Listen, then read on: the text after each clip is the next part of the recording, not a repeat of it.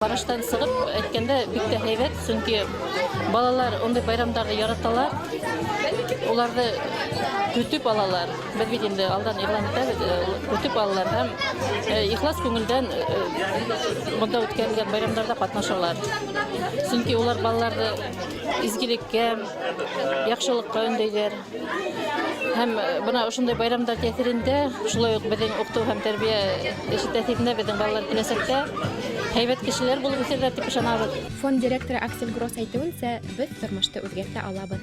Буга ышанырга һәм эшләргә генә кирәк. Я всю жизнь с мамой ходил в детский дом. Бәләкәй сакта әсәйем эшләгән балалар йортына барып, күп вакытымды унда тәрбияләнүчеләр белән үткәрә торгайным. Шунда ук улар белән күбрәк иҗат дәресләре үткәрү кирәк дигән уй килгәйне.